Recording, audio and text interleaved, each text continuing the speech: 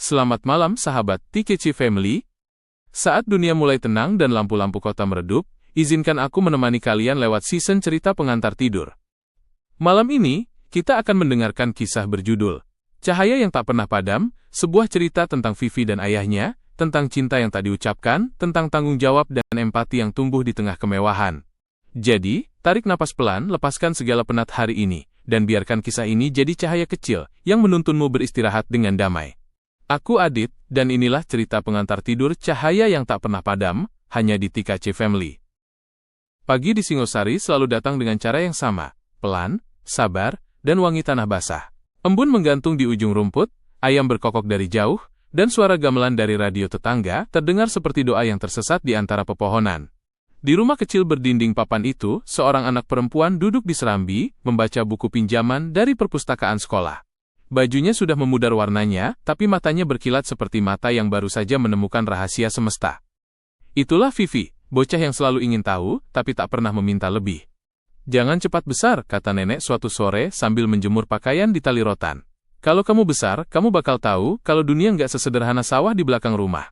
Vivi tersenyum, menatap jemuran yang menari di bawah angin. Tapi Nek, ujarnya polos, kalau aku nggak besar, siapa yang nanti bantuin nenek ke pasar? Nenek tertawa kecil, suara tawa yang sudah melewati banyak musim. Kalau begitu, cepatlah besar. Tapi jangan cepat lupa. Hidup mereka sederhana. Makan tempe goreng dan nasi jagung, tidur di kasur tipis yang digulung setiap pagi, dan mencatat mimpi di sisa kertas kalender. Tapi di setiap kesederhanaan itu, Vivi belajar tentang satu hal yang mahal, rasa cukup. Kadang sore hari ia dan Sari, sahabatnya, berlari ke sungai, berenang sampai kulit mereka berkerut lalu duduk di tepi batu sambil makan es mambo buatan sendiri. Di bawah langit desa yang perlahan berwarna tembaga, mereka berbagi cerita tentang masa depan yang masih samar. Aku mau jadi penyanyi, kata Sari suatu kali, biar bisa tampil di TV. Vivi menatap air yang memantulkan wajah mereka. Aku mau jadi orang baik aja. Sari mendengus. Kamu aneh, siapa juga yang bercita-cita jadi orang baik? Vivi hanya tertawa. Tapi jauh di dalam hatinya, ia tahu bahwa kebaikan neneknya sudah menempel di jiwanya seperti bau tanah setelah hujan. Tak pernah benar-benar hilang. Setiap kali ada tetangga yang kesulitan, neneknya datang tanpa banyak bicara. Kadang hanya membawa sekeranjang pisang atau sekantong beras, tapi di balik itu ada pesan yang tak pernah diucapkan. Kita hidup buat saling jaga. Dan Vivi menyerap itu dalam diam, seperti tanah menyerap air. Malam-malam mereka diterangi lampu minyak kecil. Nenek akan duduk di kursi rotan, menjahit baju, sementara Vivi menggambar di buku bekas. Dari jendela, suara jangkrik menjadi lagu pengantar tidur. Vivi, kata nenek suatu malam, kalau nanti kamu udah besar dan tinggal di tempat yang lebih terang dari rumah ini, jangan lupa dari mana cahaya pertamamu datang. Vivi tidak menjawab. Ia hanya menatap nyala lampu minyak itu lama-lama, seolah ingin menghafal bentuk cahayanya. Musim hujan datang lebih awal tahun itu. Angin dari gunung membawa kabar yang tak mereka duga. Surat datang dari Jakarta, dari seseorang yang selama ini hanya jadi cerita samar di kepala Vivi ayahnya. Nenek membacanya dengan tangan bergetar. Dia mau menjemputmu, Nak? Suaranya serak. Katanya sudah saatnya kamu sekolah di kota. Vivi menatap nenek, matanya menyimpan takut yang tak bisa dijelaskan. Kalau aku pergi, nenek sendirian? Nenek tersenyum tipis, walau matanya basah. Nenek nggak sendirian? Doamu akan tetap di sini? Lagi pula, ayahmu juga ingin jadi bagian dari hidupmu. Hari-hari setelah itu, berlalu seperti mimpi yang berat. Sari datang membawa bunga Kamboja dari halaman, menaruhnya di genggaman Vivi. Biar kamu ingat bau kampung ini, katanya pelan. Pagi keberangkatan, langit mendung, seperti ikut menahan air mata. Sebuah mobil hitam berhenti di depan rumah kayu mereka. Dari dalam keluar seorang pria berjas abu-abu, tinggi, tenang, dengan sorot mata yang menyimpan jarak dan rindu bersamaan. Vivi, katanya pelan, ayah datang. Vivi berdiri kaku. Antara asing dan akrab. Nenek mendorong punggungnya lembut. Pergilah, Nak. Dunia menunggumu. Sebelum masuk ke mobil, Vivi menoleh ke belakang. Nenek berdiri di beranda, melambaikan tangan sambil memegangi kain selendangnya yang diterpa angin. Wajahnya kecil di kejauhan, tapi di matanya ada cahaya. Cahaya yang tak akan padam meski jarak memanjang di antara mereka. Mobil melaju, meninggalkan sawah, sungai, dan rumah kayu itu semakin kecil, semakin jauh.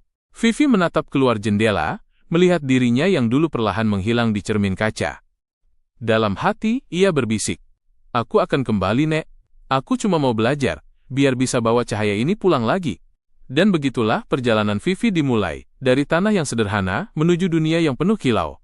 Tapi akar yang sudah menyimpan cahaya takkan pernah mati, meski tertutup oleh gemerlap dunia baru. Kota itu menyambutnya dengan cahaya yang berlebihan. Lampu-lampu di jalan memantul di jendela mobil seperti bintang yang lupa tempatnya itu menyagosbak, dan gedung-gedung menjulang tanpa tahu malu, seolah menantang langit untuk berhenti berwarna biru. Bagi Vivi, semuanya terasa asing.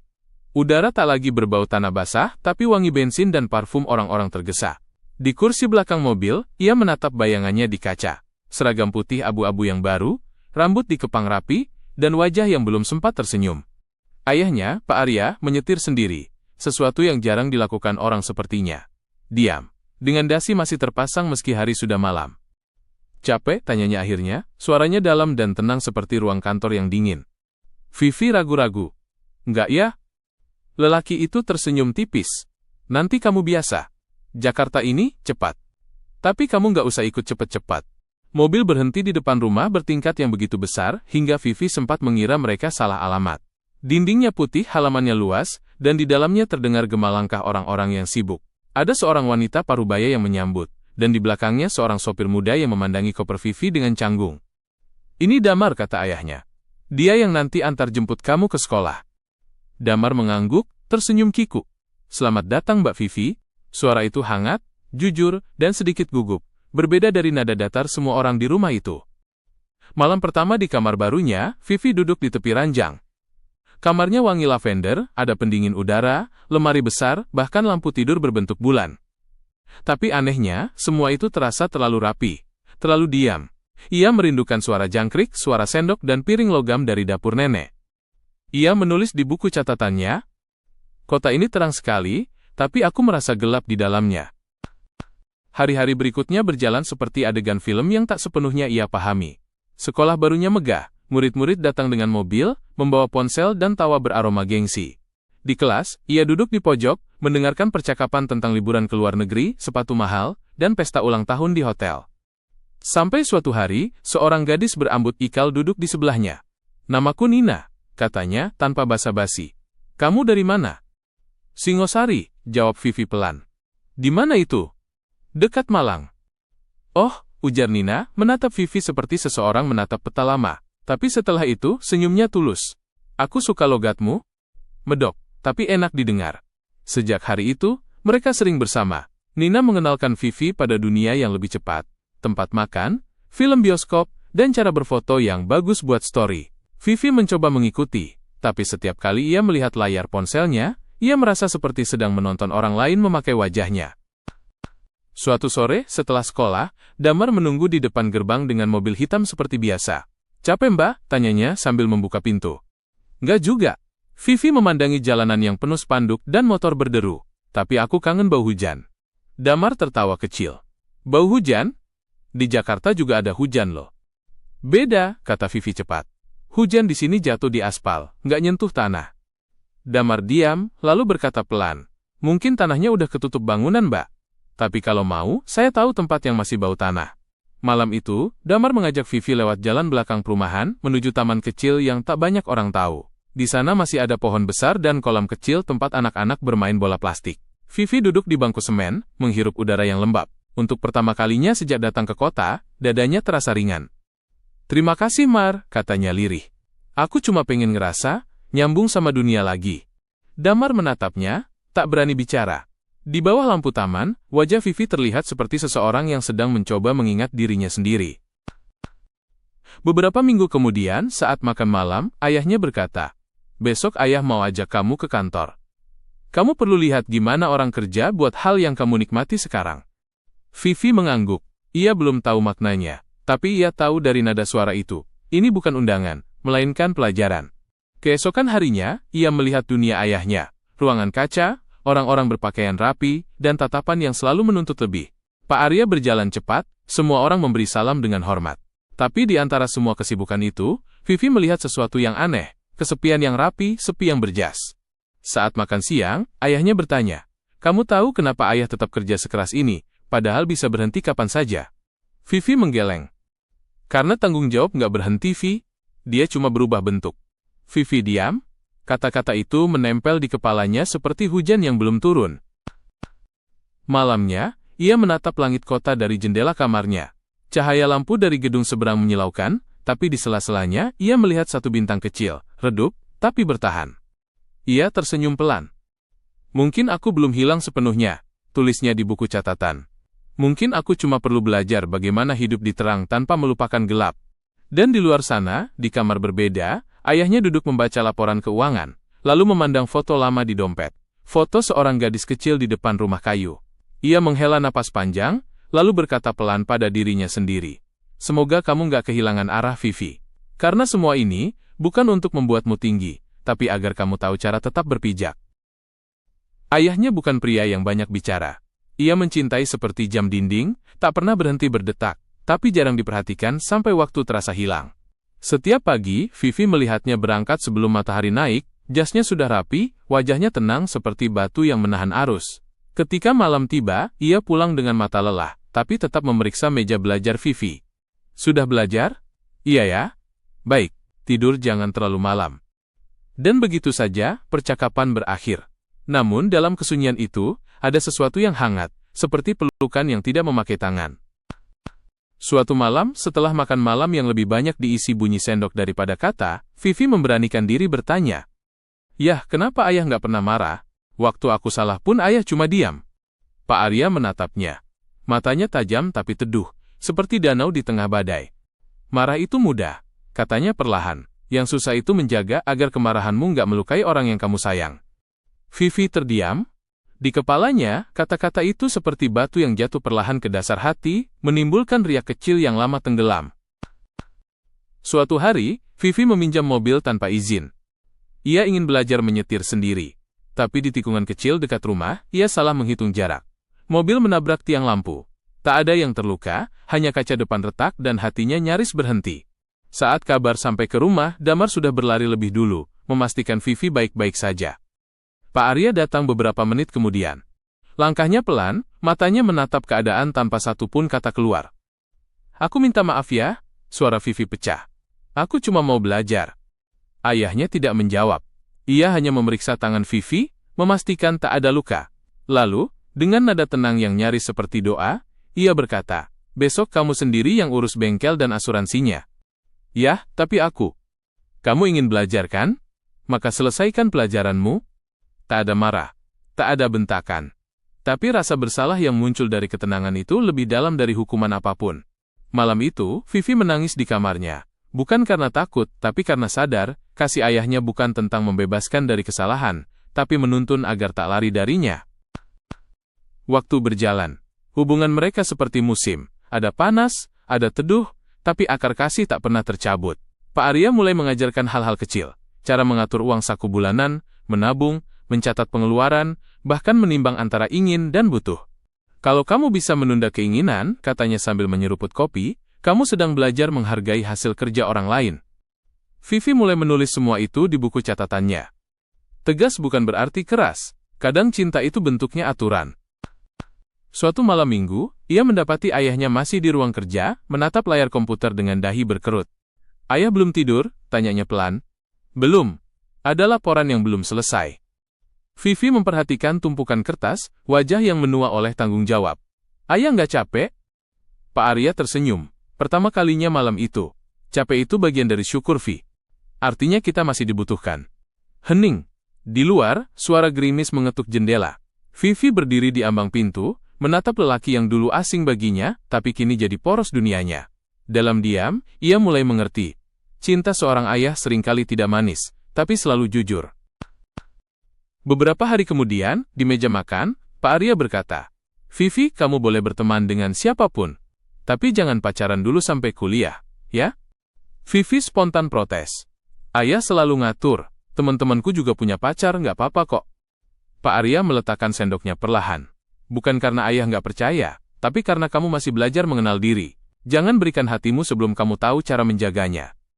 Vivi ingin membantah, tapi kalimat itu terlalu tenang untuk dilawan.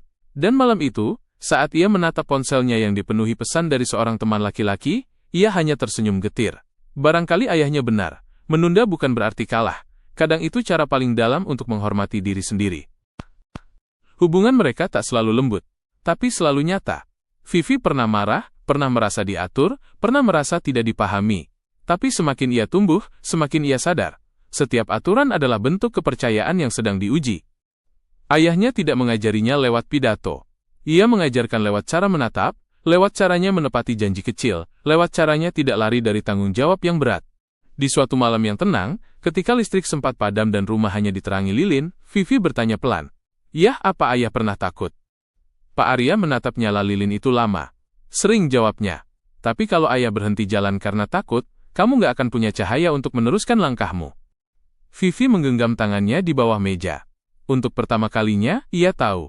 Cinta bisa sekuat api kecil yang tidak padam di tengah gelap, dan ayahnya adalah orang yang terus menjaganya agar tetap menyala. Malam itu, ia menulis di buku catatan kecilnya.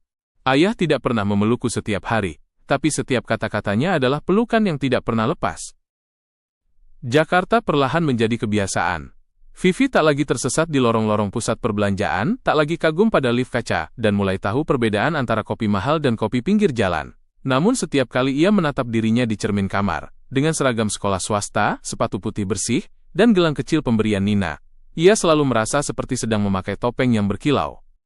Kadang, sebelum tidur, ia membuka jendela, berharap bisa mendengar jangkrik. Yang datang hanyalah dengung kendaraan dan gemuruh halus kota yang tak pernah benar-benar tidur. Pagi itu, ayahnya berkata, "Mulai bulan ini, kamu nggak dapat uang saku harian.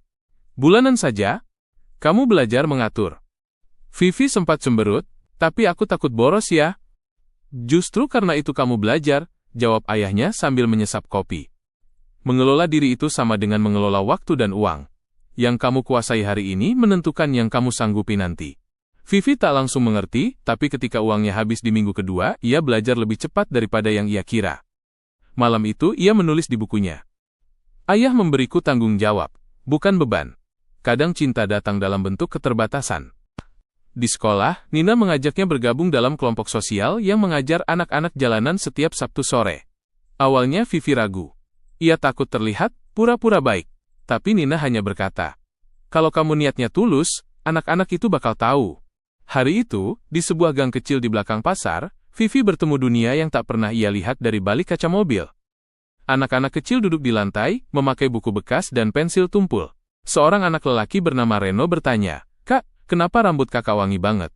Di sini baunya beda." Pertanyaan itu menohok lebih dalam daripada semua pelajaran sekolah. Vivi terdiam sejenak, lalu menjawab pelan, "Mungkin karena kamu belum pernah cium rambutmu sendiri, Ren. Padahal baunya juga harum, cuma beda." Anak-anak tertawa. Tapi malam itu, di kamarnya, Vivi menatap botol sampo mahalnya dan merasa sesuatu di dalam dirinya retak. Bukan karena bersalah, tapi karena sadar betapa jauhnya jarak antara dirinya dan mereka yang hidup beberapa kilometer dari rumahnya. Beberapa minggu kemudian, ia mengajak Damar ikut. "Buat bantu antar logistik," katanya beralasan, meski sebenarnya ia hanya ingin seseorang yang bisa diam bersamanya di tengah hiruk-pikuk. Damar menatap anak-anak itu berlarian, lalu berbisik, "Kamu tahu Mbak, mereka nggak iri sama kamu." Vivi menoleh. "Maksudmu?" "Mereka cuma pengen tahu, rasanya hidup enak itu kayak apa. Tapi kalau mereka tahu kamu juga punya beban, mungkin mereka bakal lebih tenang." Vivi menatap Damar lama. Kata-kata itu sederhana, tapi seperti menyalakan sesuatu. Empati, pikirnya, bukan hanya tentang iba, tapi tentang melihat diri kita di mata orang lain. Suatu malam, Vivi pulang agak terlambat. Di ruang tamu, ayahnya menunggu, duduk dengan jas masih terpakai. "Kamu dari mana?" "Dari mengajar ya. Anak-anak jalanan di pasar." Ayahnya mengangguk perlahan, lalu menatapnya lama. "Bagus," katanya. "Tapi ingat, membantu orang bukan berarti kamu lebih tinggi. Itu cuma cara supaya kamu nggak lupa caramu berdiri." Vivi menunduk. "Aku ngerti ya. Tapi ayah senang kamu turun ke bawah. Dunia nggak akan seimbang kalau semua orang ingin berada di atas." Malam itu, mereka makan bersama lebih tenang dari biasanya. Di sela sendok dan piring, ada rasa bangga yang tak perlu diucapkan. Waktu berjalan. Vivi semakin dekat dengan Nina dan Damar, dua orang yang sama berbeda tapi sama pentingnya. Nina mewakili langit, berani, gemerlap, dan sedikit sombong. Damar mewakili tanah, tenang, setia, dan tak pernah menuntut apa-apa. Suatu malam di balkon, Nina berkata, "Kamu tahu, Vi, kadang aku iri sama kamu. Kamu punya ayah yang peduli. Aku bahkan gak tahu wajah ayahku kayak apa." Vivi menatapnya, terdiam. Dalam hatinya, ia tahu betapa sering ia sendiri ingin marah pada ayahnya, karena terlalu tegas, terlalu menuntut. Tapi malam itu, ia justru merasa malu pada pikirannya sendiri. Ayahku nggak banyak ngomong, katanya pelan. Tapi setiap diamnya kayak doa. Mungkin doa itu nggak selalu terdengar, tapi aku tahu, aku hidup dari sana. Nina menatapnya, lalu tersenyum. Kamu beda, Vi. Dunia kamu tenang. Vivi tersenyum samar. Aku cuma belajar dari seseorang yang gak pernah berhenti bekerja, bahkan untuk tenang. Suatu sore, saat hujan turun pelan, Vivi duduk di ruang tamu, memandangi halaman. Ayahnya duduk di seberang, memegang koran. Tanpa menatap, ia berkata, Vivi, kamu tahu apa yang paling mahal dari kemewahan? Apa ya?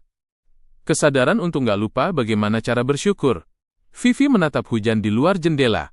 Tetes air menuruni kaca seperti garis nasib yang pelan-pelan turun ke tanah. Dalam setiap pantulan cahaya, ia melihat wajah neneknya, wajah Sari, wajah anak-anak di pasar. Ia tahu, meski kini hidupnya dikelilingi lampu terang, cahaya yang paling ia butuhkan tetap datang dari tempat yang paling sederhana. Malam itu, sebelum tidur, ia menulis. Aku belajar bahwa kemewahan bukan dosa, tapi ujian. Dan empati bukan tentang memberi, tapi tentang mengingat bagaimana rasanya tidak punya apa-apa. Ia menutup bukunya, mematikan lampu, dan dalam gelap yang hangat, ia mendengar suara ayahnya dari kamar sebelah. Batuk pelan, lalu sunyi. Dan entah kenapa, sunyi itu membuatnya merasa aman. Karena dalam sunyi itulah, ia tahu, cinta sedang bekerja diam-diam, menjaga agar hatinya tetap manusia. Pagi itu, langit Jakarta berwarna susu.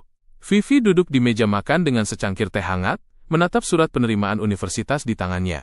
Kertas yang seharusnya membuatnya gembira. Tapi entah kenapa malah menimbulkan kekosongan. Ia diterima di jurusan teknologi informasi, pilihan ayahnya. Padahal di hatinya, ada mimpi kecil yang sudah lama tumbuh diam-diam. Menjadi sutradara. Ayah, aku mau bicara, katanya pelan. Pak Arya meletakkan koran dan menatapnya. Tentang kuliahmu? Vivi mengangguk. Aku pengen ambil film ya. Aku suka dunia itu. Aku pengen belajar tentang cerita, tentang manusia. Ayahnya diam cukup lama. Kalau kamu benar-benar mau masuk dunia itu, katanya kemudian, sebutkan 3 sutradara favoritmu. Vivi membuka mulutnya, tapi tak ada satu nama pun keluar. Ia menatap meja. Aku belum tahu. Ayahnya menghela napas, tapi senyum kecil terbit di sudut bibirnya. Kalau kamu belum tahu apa yang kamu cintai, berarti kamu belum siap mengorbankan apapun untuk itu. Kata-kata itu menamparnya, bukan dengan keras, tapi dengan kebenaran yang lembut. Dan seperti biasa, ayahnya tidak memaksakan. Ia hanya menatap Vivi dengan mata yang tenang, seperti laut setelah badai. Ambil teh dulu. Kalau nanti kamu masih ingin membuat film, kamu bisa membuatnya dengan cara yang lebih kuat. Bukan dari emosi, tapi dari pemahaman. Vivi mengangguk. Dalam hatinya, ada sedikit kecewa, tapi juga rasa percaya. Ia mulai mengerti, mungkin jalan menuju impian tak selalu lurus, kadang harus berputar agar kaki menjadi kuat. Hari-hari kuliah berjalan cepat. Kampusnya penuh layar komputer, kabel, dan rumus logika yang dulu terasa asing baginya. Namun di antara kode dan sistem, Vivi menemukan sesuatu yang lain, ketertiban berpikir. Logika itu kayak hidup, Vi, kata seorang dosennya Bu Dinda. Kalau kamu salah satu langkah, hasilnya bisa melenceng jauh. Tapi bukan berarti kamu gagal. Kamu cuma perlu kembali ke titik awal. Kalimat itu tinggal di kepalanya lama-lama. Malam hari, ia menulis di buku catatannya. Aku belajar bahwa bukan hanya perasaan yang perlu diatur, tapi juga cara berpikir. Dan kadang, logika adalah bentuk cinta yang tak memakai kata. Suatu sore ketika ia pulang, ayahnya sedang duduk di ruang kerja, menatap keluar jendela. Gimana kuliahnya? Tanya Pak Arya. Lumayan susah ya, tapi aku mulai bisa nikmatin. Ayahnya tersenyum. Susah itu tanda kamu sedang tumbuh. Kemudian, setelah hening sejenak, ia menambahkan. Kamu tahu, Vi, hidup ini bukan soal dapat nilai bagus atau pekerjaan hebat, tapi tentang apakah kamu bisa berdiri tegak tanpa harus menjatuhkan orang lain. Vivi menatapnya lama. Ada hal-hal yang dulu ia anggap nasihat biasa, kini terasa seperti kunci kecil yang membuka sesuatu di dalam dirinya. Beberapa bulan kemudian, Vivi ikut lomba film pendek di kampus diam-diam, tanpa sepengetahuan ayahnya. Ia menulis naskah, menyutradarai teman-temannya, dan mengambil tema sederhana, tentang ayah dan anak yang tak bisa saling bicara, tapi saling mengerti lewat tindakan kecil. Ketika film itu diputar di aula kampus, beberapa penonton menangis. Dan untuk pertama kalinya dalam hidupnya, Vivi tidak hanya bangga, tapi juga tenang. Malam itu, ia pulang membawa piala kecil. Ayahnya sedang membaca di ruang tamu. "Yah," katanya pelan, menyerahkan piala itu. "Aku ikut lomba film."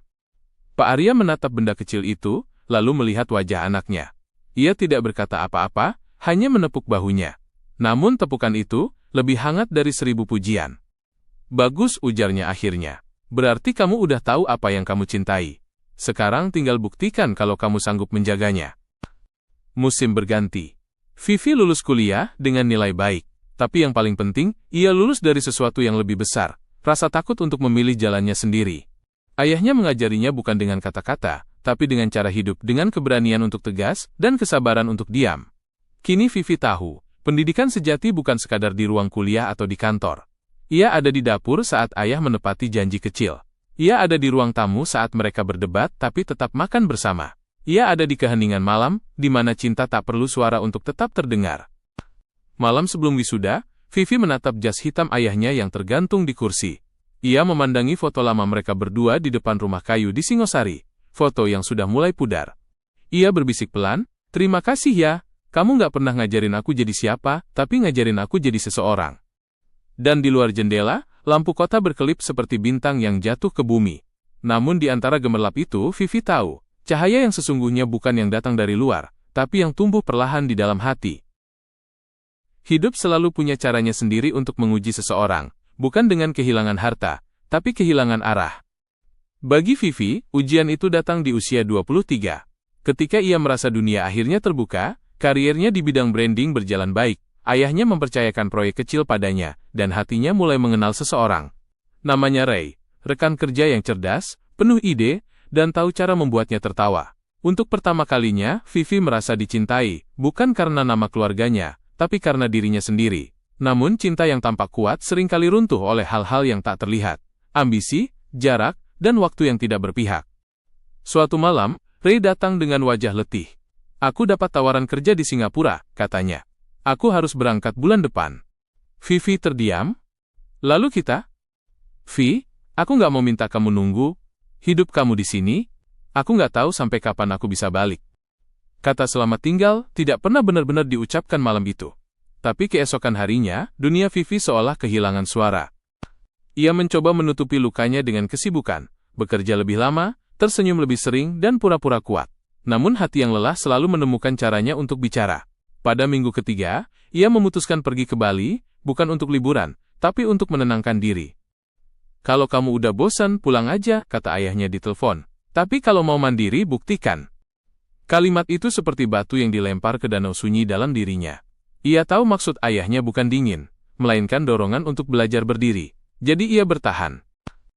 Di Bali, ia menyewa kamar kecil di atas toko kelontong. Pekerjaannya sederhana, membantu di agensi kreatif kecil.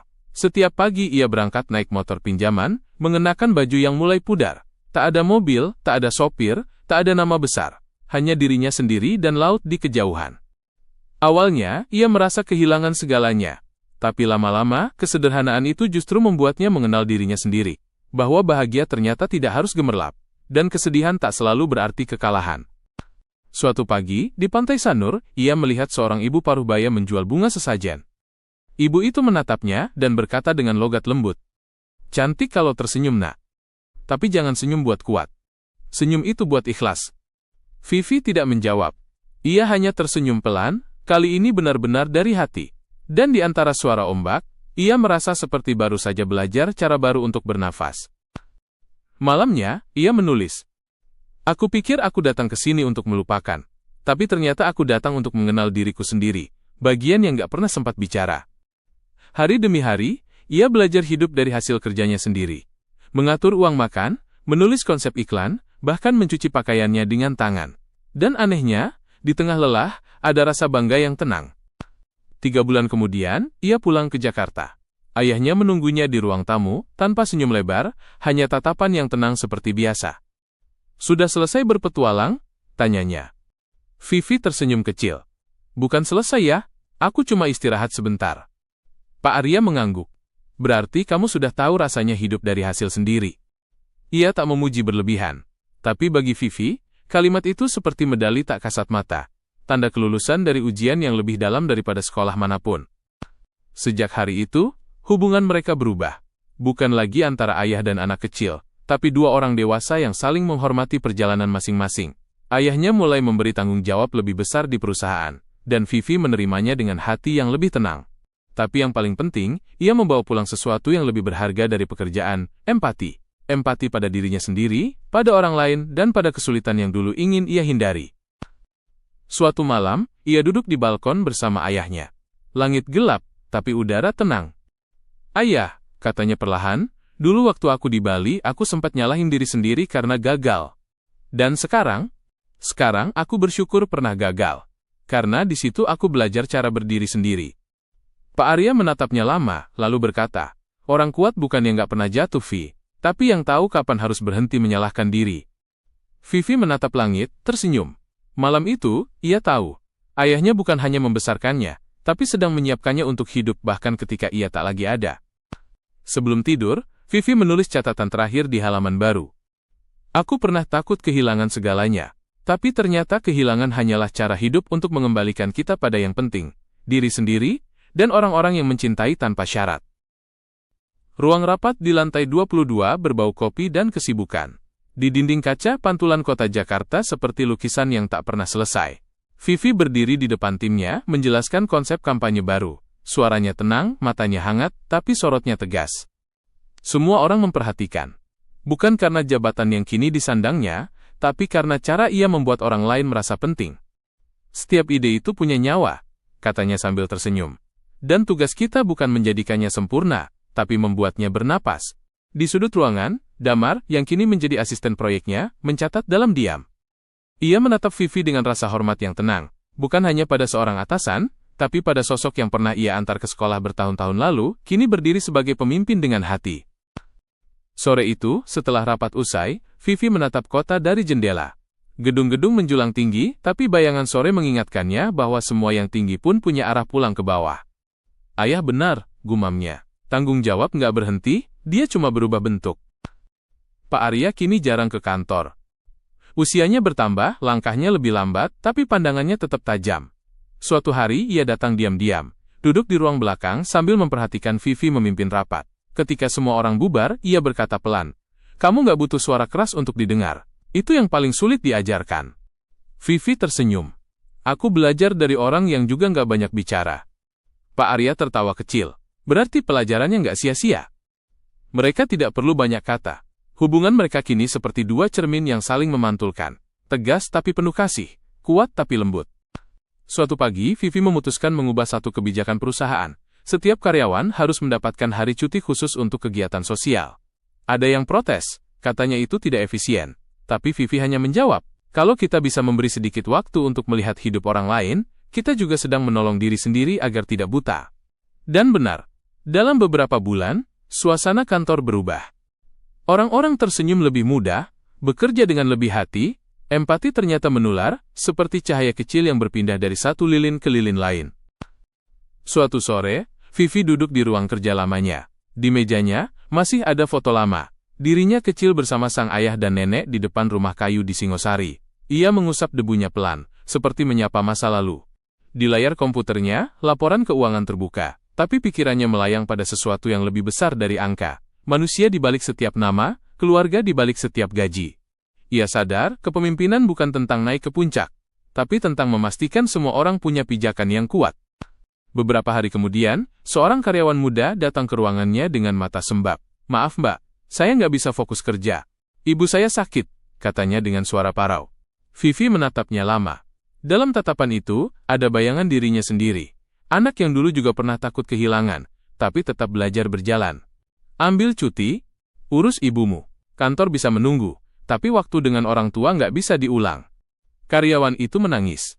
Vivi tidak menenangkannya dengan banyak kata, hanya menepuk bahunya. Dan di momen itu, ia sadar ia baru saja menjadi cermin kecil dari ayahnya. Malam itu, ia makan malam bersama ayah. Suasana tenang, piring, sendok, dan tawa kecil di antara obrolan sederhana. "Ayah," katanya tiba-tiba, "aku kadang takut jadi seperti ayah, terlalu tenang, terlalu serius." Pak Arya tertawa pelan. Kalau kamu takut jadi seperti ayah, artinya kamu sudah cukup seperti dirimu sendiri. Vivi menatapnya, terima kasih ya, buat semua cara ayah mendidik aku. Mungkin dulu aku nggak ngerti, tapi sekarang aku tahu. Ayah nggak pernah keras, ayah cuma percaya. Ayahnya menatapnya lama, lalu berkata, dan sekarang, gantian ayah yang percaya, kamu bisa lebih baik dari ayah. Di bawah cahaya lampu meja makan, kalimat itu terasa seperti restu. Restu yang tak bersuara keras, tapi bergema jauh sampai ke masa depan. Malamnya, Vivi duduk di balkon, menatap kota yang tak pernah benar-benar gelap. Di kejauhan, lampu-lampu mobil bergerak perlahan, seperti aliran kehidupan yang terus berjalan. Ia membuka buku catatannya yang sudah lusuh dan menulis. Dulu aku pikir empati itu perasaan. Sekarang aku tahu, empati itu tindakan. Bukan sekadar mengerti, tapi memilih untuk tidak menutup mata. Lalu ia menutup buku itu, menghela napas panjang. Besok pagi, ia akan kembali ke kantor, menandatangani dokumen, memberi arahan, menyusun strategi. Tapi malam ini, ia hanya ingin berterima kasih pada hidup, pada ayahnya, pada setiap luka yang pernah membentuknya menjadi manusia yang tahu cara melihat. Waktu selalu punya langkah yang halus. Tanpa bunyi, tanpa tanda, ia menyelinap di sela rutinitas, mengganti warna rambut, menambah garis di wajah dan perlahan mengubah peran. Vivi menyadarinya suatu pagi ketika melihat ayahnya duduk di taman belakang, menatap langit tanpa koran di tangan. Biasanya ia akan sibuk membaca berita, tapi pagi itu hanya diam, membiarkan angin bermain di rambutnya yang mulai memutih. Capek ya? Tanya Vivi, duduk di sampingnya. Pak Arya tersenyum. Enggak, cuma belajar menikmati pelan. Kalimat itu membuat dada Vivi hangat, karena ia tahu, orang yang hidupnya penuh tanggung jawab jarang memberi dirinya izin untuk pelan. Hari-hari berjalan lembut. Vivi kini yang sering menjemput ayah ke rumah sakit untuk pemeriksaan rutin. Tidak ada penyakit berat, hanya tubuh yang mulai berkompromi dengan usia.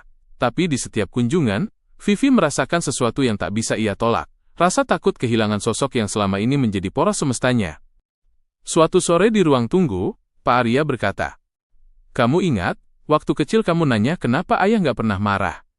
Vivi tersenyum. "Ingat banget. Ayah bilang marah itu mudah. Sekarang kamu tahu kenapa ayah jawab begitu?" Vivi menggeleng.